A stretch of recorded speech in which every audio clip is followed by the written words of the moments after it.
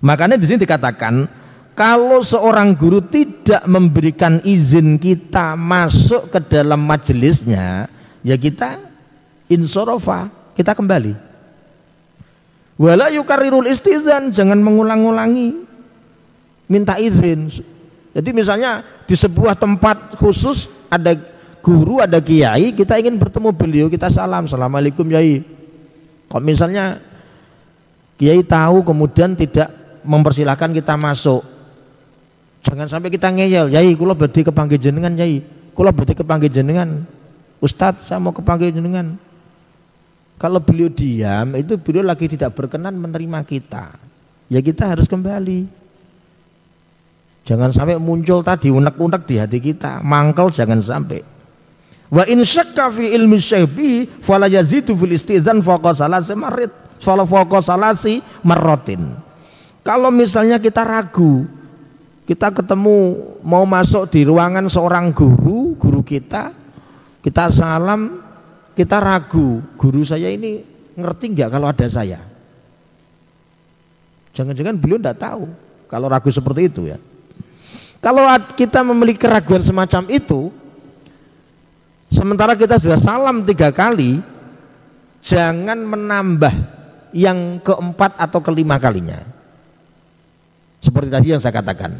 Dan ini tidak hanya berlaku untuk seorang guru, tapi semuanya saja. Kalau sudah salam 3 kali, kita tidak dipersilakan masuk. Wala fala yazidu fil istidzan fawqa salasi marrat. Jangan menambah 3 kali salam. Wal yakun tarqul babi khafifan bi adabin au bi azfarin au bi azfaril asabi summal asabi qalilan.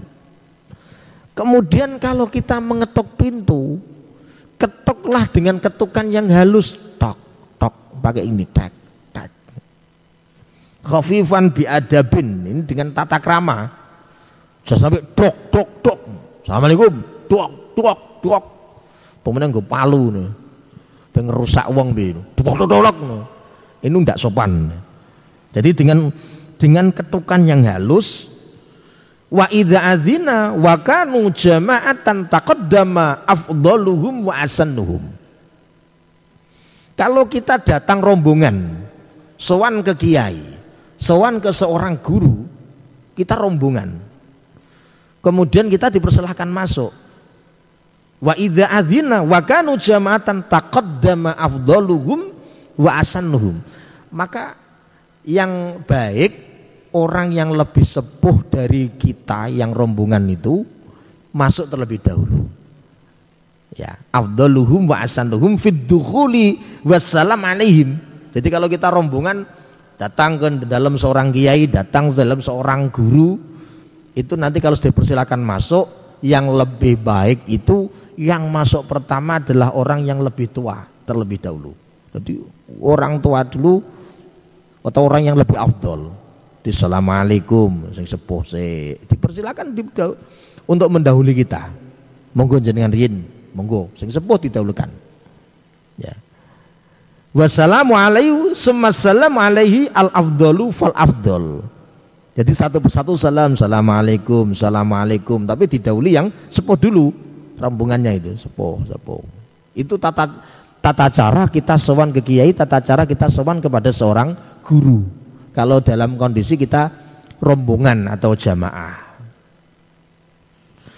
Wa yadkhulu 'ala syekhi kamilal hayati mutatahhirul badani. Dan kalau kita sowan kepada guru kita, ini kita dalam kondisi kamilal hayah, tingkah sing sempurna. Tingkah sing sempurna niku dus pundi maksude? Tingkah sing sempurna itu sopan santun, dingklu. Jadi cara berjalan ketika di depan guru itu ono aturane. Jadi mau sowan ke kiai, mau sowan ke guru kita, assalamualaikum, dipersilakan masuk. Saya masih ingat cerita kenapa gapuronya kiai wali-wali itu rata ndek Sunan Bonang itu ndek.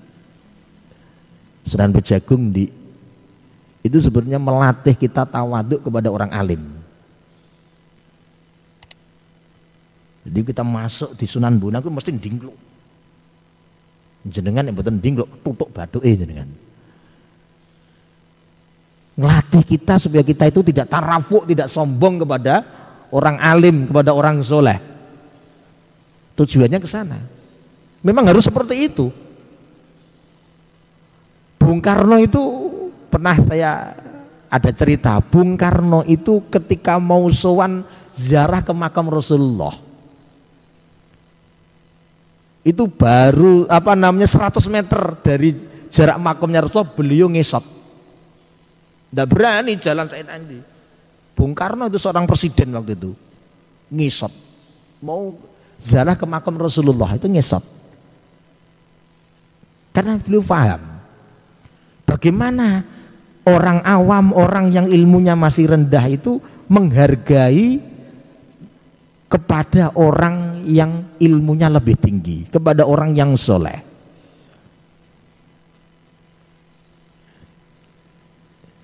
Siapa dulu tuh Kiai Murtaji kalau tidak salah itu, saya ada cerita nih, Kiai Murtaji itu kalau sowan mau ziarah ke makam Sunan Bonang juga seperti itu. Tidak jalan saja. Kadang-kadang kita itu ke makam Sunan Bonang dingluknya kalau masuk saja, habis itu ya lenggang-lenggang saja. Jadi kita mau jalan, mau menemui orang alim, mau menemui orang soleh itu harus kamilul hay'ah. Kamilul hay'ah itu menunjukkan rasa sopan, perilaku yang baik, jangan peteta-petete. Kamilul hay'ah. Mutatahhirul badani, badan kondisi suci. Wis ngesot ambune kecut, gidoleng krengkak, beler umbele sowan ning ngene kiai ini wis repot kabeh. Jadi kalau kita mau sowan seorang kiai, mau sowan seorang guru kita mandi lebih dahulu, kita wudhu, ini bagus. Ya, jadi nyeneng no. Orang itu kalau kondisi suci itu nyeneng no. Raup wajahnya pun terlihat, ini habis wudhu, ini orang ini bersih, terlihat sekali. Ya. Jadi kan ditamani wong, nek rembes, mangkel gak enak, gak seneng belas. Rembes, abune kewecut, keringetan drodos, jenengan gak nyaman. Menemui tamu seperti itu tidak nyaman, apalagi kita di depan seorang kiai. Ya. Jadi kalau kita sowan ke kiai kita, ke guru kita, upayakan dalam kondisi bersih, bajunya yang rapi, sopan. Wong sowan ning pejabat ora wani sak penake dhewe kok. Apa meneh sowan ning kiai, sowan ning seorang guru kita.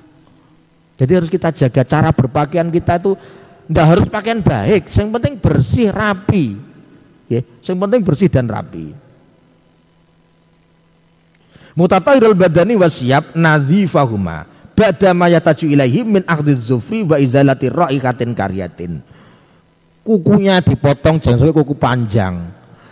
Ya, izalati ra'ihatin karyatin, menghilangkan bau yang enggak sedap pada badan kita. Sowan kiai bener kewecut niku yes. Abape gak enak berarti gak enak, gak nyaman to kiai sing jago ngono. Saking pundi kabare dus pundi? Oh nggih alhamdulillah saya kiai ngene-ngene. Apa-apa gak enak ya gak nyaman. Bau mulut gak enak itu yang diajak bicara itu gak nyaman. Betul itu.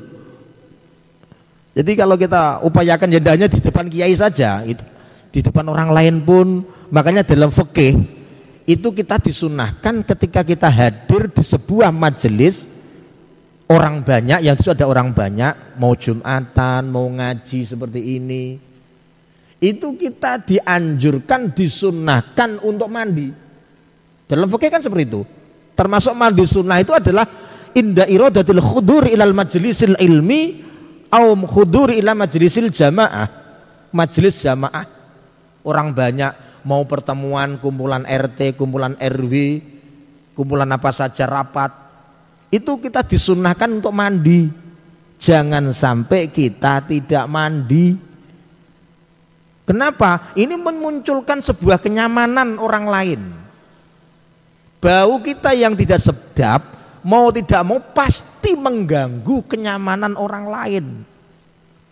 Apalagi kalau sholat jamaah, coba jenengan bayangkan, jenengan kalau sholat, sandingin jenengan ada orang, wes bajunya 3 hari tidak dicuci, kewecut, kira-kira jenengan bisa khusyuk enggak? Allahu Akbar. Ngene. Ambune kewecut ra karuan. Iki wis Allahu Akbar asale eling ning Gusti Allah bareng bau kecut eling kelek. Di hati wis gremeng. Wong iki ra tau adus 3 dina wis ora nyaman blas, kekhusukan akan hilang. Jadi karena kita yang tidak bisa menjaga kebersihan badan, kesucian badan, akhirnya menyebabkan orang lain tidak nyaman, orang lain terganggu dengan keberadaan kita, apalagi itu pada waktu sholat. Jadi kan dalam fikih kan seperti itu. Termasuk siwakan itu gosok gigi. Gosok gigi itu dihukumi sunnah ketika kita akan menghadiri kumpulan atau jamaah, majelis apapun itu, pokoknya kumpul dengan orang lain, disunahkan gosok gigi. Apalagi kalau kita ngaji Quran. Nah, itu kalau di depan santri-santri nyemak Quran itu kalau santri belum gosok gigi, saya suruh gosok gigi. Mergo apa enggak nyaman, walau dolin ini yo mambu ning kene. Iki terus-terusna gurune iso kena penyakit paru-paru, terganggu nafasnya. Hambus terus sedap, tidak sedap sama sekali ya. Jadi izalatun raihatun karihah, menghilangkan bau yang tidak sedap itu sunnah. Jadi kalau kita mau ketemu orang lain, apalagi ketemu dengan kiai kita, ketemu dengan guru kita, ya. Kamilal hayati, hale sempurna tingkai, mutatahhirul badani, suci badane, wasiyabilan bajune, nadzifahuma, hale bersih badan lan siap, badama yahtaju ilaihi, badama ing dalem saise perkara yahtaju kang butuh sapa talibul ilmi ilaihi maring ma, min akhdhi dzufrin bayane saking ngethoki kuku, wa izalati raihatin lan ngilangi bau karihatin kang ora enak, bau yang sengit, yang disengiti itu bau yang enggak sedap. La siyama idza qasadal ilma, la siyama apa meneh idza qasadal nejo sapa talibul ilmi al ilma ing ilmu, fa innahu majlisu dzikrin, krana sate majelis ilmu iku majelis zikrin, majelis zikir, wajtimaun lan kumpul, wajtimaun majlisu ilmin, wajtimau ibadatin mestinya itu ndak ada wawunya, dan kumpul karena ibadah. Itu disunnahkan kita menghilangkan bau-bau yang tidak sedap. Nah, ini penting sekali kita perhatikan ya, mau ibadah mau kumpul dengan orang lain, bagaimana kita berupaya untuk membersihkan baju kita, memakai baju yang bersih, badan kita juga bersih, gosok gigi, bahkan kuku pun itu jangan sampai panjang. Itu betapa indahnya Islam itu. Al-Islamun nadhif wan nadhiful Islam. Islam itu bersih, dan bersih itu adalah bagian daripada Islam. Itu sudah jadi makalah. Wong Islam itu ojo sampai ngelompros, wong Islam itu jangan sampai komor, wong Islam itu jangan sampai kotor. Jadi Islam itu mengajarkan kita untuk bersih, rapi. Demikian kajian kitab Adabul Alim wal Muta'alim pada pagi hari ini, mudah-mudahan bermanfaat untuk kita. Ala niyatis shalihah wa ala ma nawabi salafus salih wa liridha'illahi ta'ala. Al-Fatihah. A'udzu billahi minasyaitonir rajim. Bismillahirrahmanirrahim. Alhamdulillah rabbil rahmanir rahim maliki yaumiddin iyyaka na'budu wa iyyaka nasta'in ihdinas siratal mustaqim siratal ladzina an'amta 'alaihim ghairil maghdubi 'alaihim waladdallin. Maulaya shalli wa sallim daiman abada ala habibika khairil khalqi kullihim huwal habibul ladzi turja syafa'atuhu likulli hawlim minal ahwali muqtahimi ya rabbi bil mustafa balligh maqasidana waghfir lana ma madha ya wasi'al karami. Assalamualaikum warahmatullahi wabarakatuh.